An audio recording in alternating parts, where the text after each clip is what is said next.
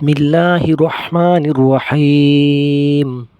দুরুদে ইব্রাহিম আরবি উচ্চারণ আল্লাহুম্মা সাল্লি আলা মুহাম্মাদিন ওয়া আলা আলি মুহাম্মাদ কামা সাল্লাইতা আলা ইব্রাহিমা ওয়া আলা আলি ইব্রাহিমা ইন্নাকা হামিদুম মাজিদ আল্লাহুম্মা বারিক আলা মুহাম্মাদিন ওয়া আলা আলি মুহাম্মাদ কামা বারাকতা আলা ইব্রাহিমা ওয়া আলা আলি ইব্রাহিমা ইন্নাকা হামিদুম মাজিদ।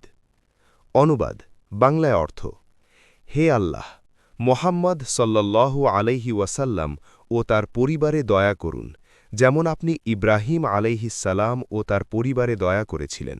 সত্যিই আপনি প্রশংসিত, মহিমান্বিত। হে আল্লাহ, মোহাম্মদ সাল্লাল্লাহু আলাইহি ওয়াসাল্লাম ও তার পরিবারে বরকত দান করুন, যেমন আপনি ইব্রাহিম আলাইহিসসালাম ও তার পরিবারে বরকত দিয়েছিলেন। নিশ্চয়ই আপনি প্রশংসিত, মহিমান্বিত। দুরুদে ইব্রাহিমের ফজিলত।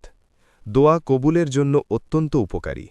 দুরুদ পাঠ করলে আল্লাহ তাআলা মোহাম্মদ সাল্লাল্লাহু আলাইহি ওয়াসাল্লামের জন্য যেমন দোয়া করেন, তেমনি আমাদের জন্যেও দোয়া কবুলের রাস্তা প্রসারিত করেন। এটি মুমিনের দোয়ার মধ্যে বরকত যোগ করে। গুনাহ মাফের মাধ্যম।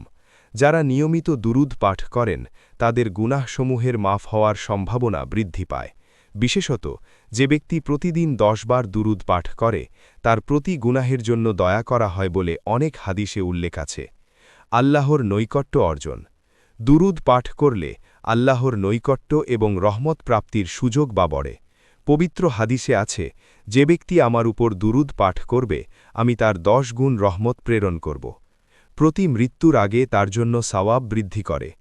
মৃত্যুর সময় দুরুদ পাঠকারী ব্যক্তির জন্য দোয়া ও সাওয়াবের পরিমাণ বৃদ্ধি পায়। নেক কাজের স্বীকৃতি ও বরকত বৃদ্ধি।